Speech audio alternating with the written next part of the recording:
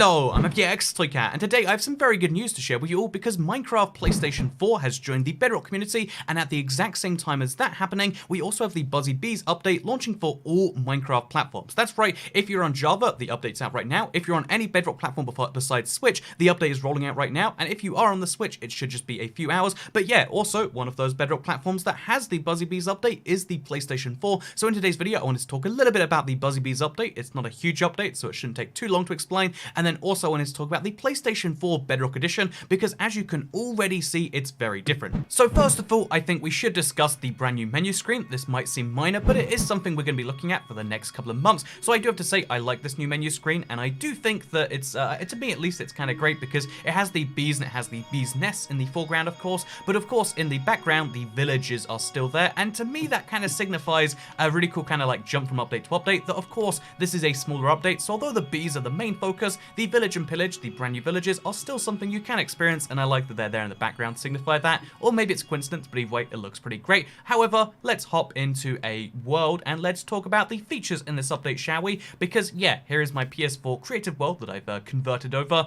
For now, you just need to know this is a world that I exist in, and you also need to know that we now have access to brand new blocks. When you look around the creative menu, you'll find blocks like the honey block, like the honeycomb block, like the bee's nest, and like the beehive. So for those of you who haven't seen anything to do with this update before, this is your first video to do with bees, and you're kind of confused about it, I will run through the features very quickly, and maybe this is useful to anyone who does know about it, because there are like 5 or 6 major features that all tie in together pretty easily. There are the bees' nests, which are now naturally generating features. You only find them in new worlds, in the forest, and a few other places. If you want to see a whole video on where to find them, let me know, because if you want to find bees, you're going to need these bee nests, because the bee nests, of course, as you might imagine, spawn with some bees around them. Those bees around them are then attracted to flowers, so those bees are going to look for some flowers to find. When they go to the flower and then come back to the nest, they'll fill it with honey. When the nest slowly gets filled with that honey, it gets more and more filled, and that's a thing you can do. Once you share it, you can get honeycomb, or if you use a bottle on it, you can get some honey bottles, and then if you have some honeycomb, you can craft a beehive. The only difference between a bee nest and a beehive is that a beehive is man-made, and therefore it's easier to make a lot of them, whereas bee nests have to be found in the wild every time, and you can only pick them up with silk touch. Don't try and break them if you don't have silk touch. It's not a good thing. Also, look, there's the bee at a flower, as I predicted. Now it's got the pollen. You can see behind it, it's got a very sticky backside, and it's going to come back to the nest that it belongs to, and it's going to fill it with a tiny bit of that pollen. As you can see, it also goes inside. If you break it with silk touch while there's a bee inside, you can actually move the bee around with it, which I think is a cute little feature. So yeah, there are bee nests and there are bee hives, both of which store bees in this same way. If you break it without silk touch, then the bee will go...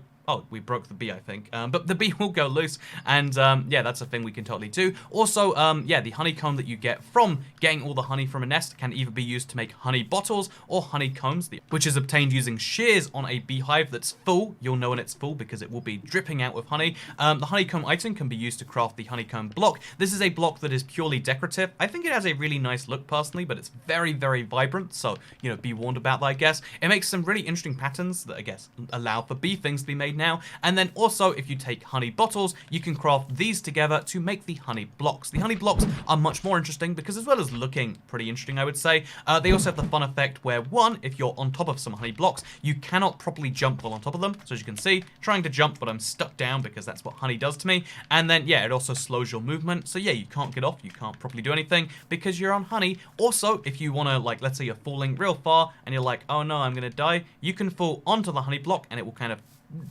protect your fall in that way. So let me show you this with a better example. Let's go all the way into the sky right here. Also notice how the bedrock chunk thing's happening, where the blocks go kind of vanishing every 16 blocks instead of chunk boundaries. But yeah, let's hop into survival real quick, because here you can see I'm in survival. I flew and then I hit the thing. I can even do this again if you want to. So if I let go of my elytra right now, I would normally die, but if I let go while facing this thing, as you can see, it slows your fall. So it's kind of like a one-way ladder. It only really works downwards.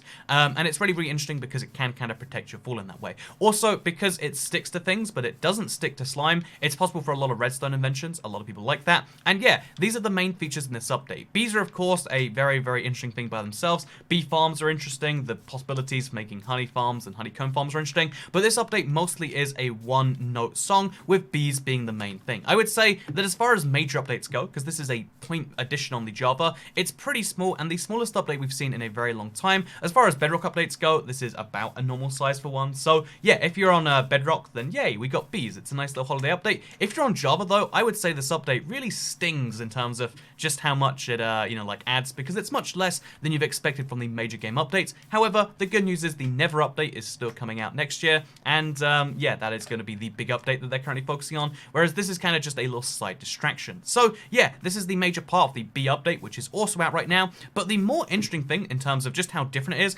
is PlayStation 4 Bedrock. Again, if you follow my channel, you'll recognize this is my PlayStation 4 world, but if you don't, bear in mind, this is a world I made on the console edition of Minecraft, which previously, until literally, 30 minutes ago, was a version of the game which was reserved, as its own separate version of the game. Very, very different to Bedrock, and it's kind of weird to see that, like, oh yeah, here the version of the game is right now. It's wonderful. Oh, I forgot to mention honey blocks, actually. I'm going to do a non sequitur, cut myself off and say honey bottles are a really cool source of food because they give you free hunger bars, which is nice, but they'll also cure any status effects, including bee stings, which is kind of cute. So yeah, honey bottles are a really top tier source of food as of this update that you might actually want to use in certain multiplayer or poison or withering based situations, which I think is a cool little thing personally. So next up, let's talk about the update, shall we? And let's talk about the PlayStation 4 side of things, because yeah, this is a PlayStation 4 world that I'm playing here on the PlayStation 4, but it's Bedrock now, so all the colors have changed significantly. It is very different. A lot of things that previously were kind of left alone are now doing weird things, like, look at my minecarts over here. They're just running into each other endlessly.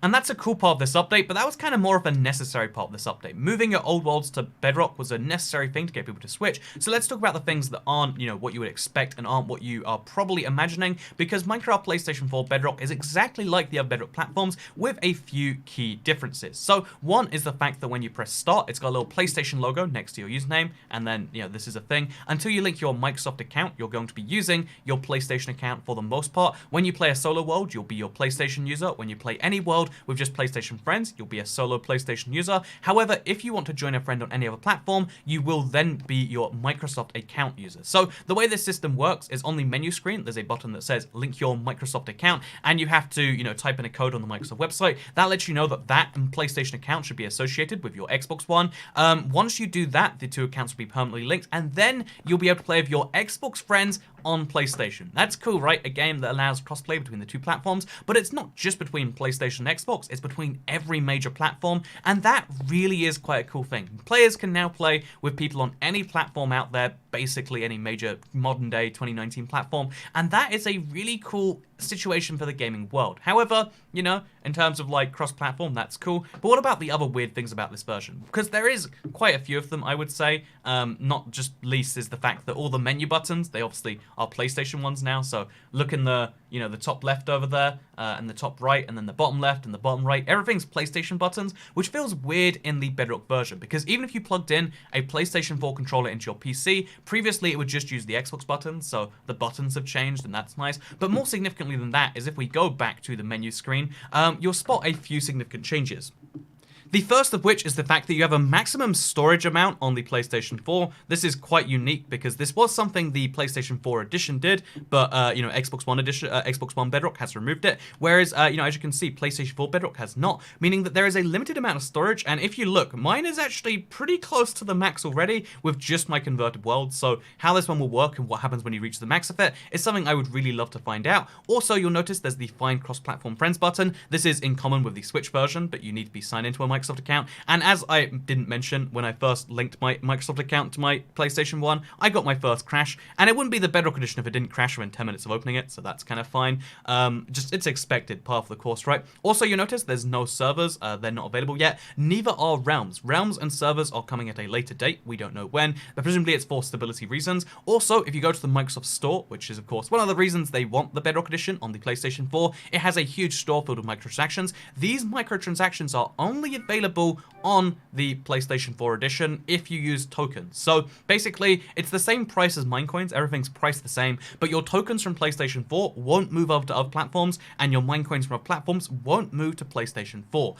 This basically ensures that you can only spend PlayStation money on PlayStation. However, if you spend if you do spend any of these, and if you spend any Minecoins elsewhere, the purchases will transfer over, just not the coins themselves. So yeah, that's a bit awkward if you play PlayStation and another platform. However, if you're one of the 17 million people that only play PlayStation, that's a thing that's there to expect. And then also there is the fact that, again, I mean, like, everything's a bit weird and different here, but the thing you'll notice most of all is the fact there's a button saying Additions. There is a button where you can switch to the older version of Minecraft, which is no longer being updated, and you can go over and play the PlayStation 4 edition still. Because instead of leaving it as two separate games, which admittedly caused some confusion, the way they dealt with that confusion from this game is they now launched the PlayStation 4 edition, the old version of Minecraft, through the new one. And although this sounds like a good solution on the surface, I think it actually is a great one. Like, oh, what if there's a launcher where you can play the old version from the new one? You know, they bundled the two games inside of each other in a way that I think is quite fascinating.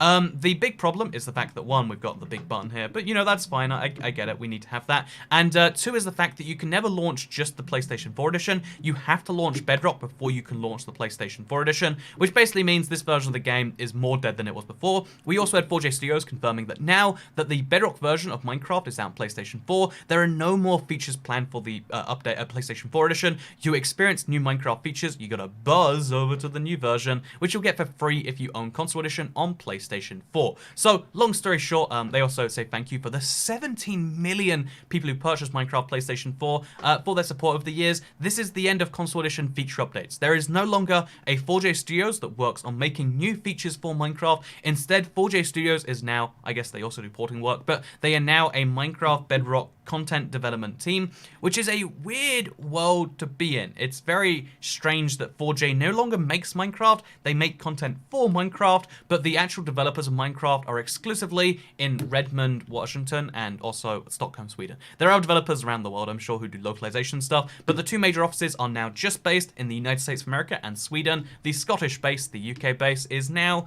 you know, it's no longer working on Minecraft, which is sad. But yeah, this is kind of the changing of the guard, this is the passing of the baton, and this is the final platform that Minecraft Bedrock needs to launch for, at least right now. It is everywhere, and that is a cool thing. I would say, you know, there are obviously issues. We ran into one in my first 11 minutes of playing Minecraft, but there are obviously issues. I still can't sign in my Microsoft account, by the way. It still doesn't want to let me. It still just keeps launching the page, which, whatever, that happens on my Switch as well, so let's just assume that's a problem.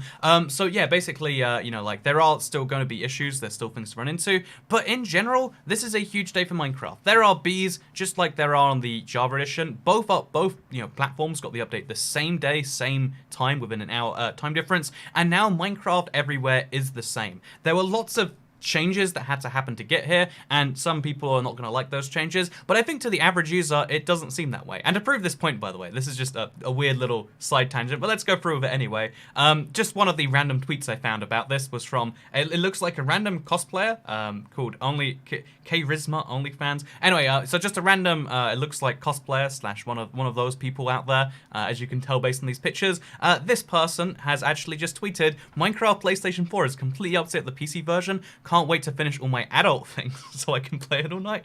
And first of all, I love that as a thing, that like, yep, gotta do my, you know, my lingerie shoots, and then I can, you know, play the PlayStation 4 edition and do that. But just bear in mind, to the average person, it seems as though the way more exciting thing is not the ending of the PlayStation 4 edition. This means that 17 million people can join the Bedrock community and can join the wider Minecraft audience, with the asterisk that servers aren't available yet, so they can join their friends. You have to wait a little bit longer if you want to do other stuff. Also, yeah, even if you don't have a Microsoft account, or you have a conscientious objection to Minecraft, you can still play just like you did before. All your worlds will transfer over, all of your friends transfer over, and all of your skins and all of those other sorts of things should as well, with the one really cool benefit to me. Again, let me talk about my selfish reason for why, you know, I think this is a good thing as someone who doesn't play PlayStation 4 much. There are a lot of skins that previously weren't available that now are in the Legacy Skin Pack, which means finally PlayStation 4 has not had Skin Pack 5, which meant I could not be the Ocelot on PlayStation 4, but the Legacy Skin Pack has come out, which means, guess what? Your boy can be the Ocelot on PlayStation 4. So it's a small thing, but it's a thing. Anyway, yeah, here's one of my PlayStation 4 friends. He's called Player One, or YT Player One, and here's a full-scale London thing, but with Bedrock. Where, by the way, Bedrock has a higher render distance than the previous PS4 version. However, it's very interesting. Also, look at my shot. The game's ruined it. Oh, because from a distance, the way Minecraft Bedrock rendering is way different to the PlayStation 4 and to Java, so you have to get close to something to actually see something. There's a lot of really weird things like that. You'll see with trees as well. Like if we look at these trees down here, as we get close to the trees, they'll change their rendering. Same with farm plants and a lot of other things like that. Because Minecraft Bedrock is a version of the game that's built for extreme performance. And yeah, it's super interesting. I'll do a performance demo between Xbox One and PlayStation later, also, I imagine. There's a lot of things I want to do to kind of introduce you to the world of PlayStation 4 and to the world of Buzzy Bees today. Oh, look, here's the Millennium Dome for celebrating 20 years, or the 20th century. I'm not sure which, actually. But either way, I hope you all enjoyed today's little video thing. If you did, make sure to give it a like. Make sure to share it if you really liked it. And make sure you subscribe with notifications turned on if you want to see more videos like this one. Look, I'm in Canary Wharf. You want to see me in Canary Wharf again? Only way to do that is to subscribe. I like London. I have a big connection to the city. I don't know if I've mentioned that, but London, best city in the world. Fun fact. You think your city's better? It's because you haven't been to London yet. Anyway, thank you very much for watching. I hope you all enjoy the Bees update, and I will be streaming it later today alongside the eating of 15 bananas. I literally don't know how I'm going to eat that many like calories, let alone the fact that they're all bananas and there's that much potassium. But yeah, I'm super curious in general, and maybe you are too. And if you're not, then you know what? I guess I hope you enjoyed watching this video, because I'll see you all in the next one. Goodbye.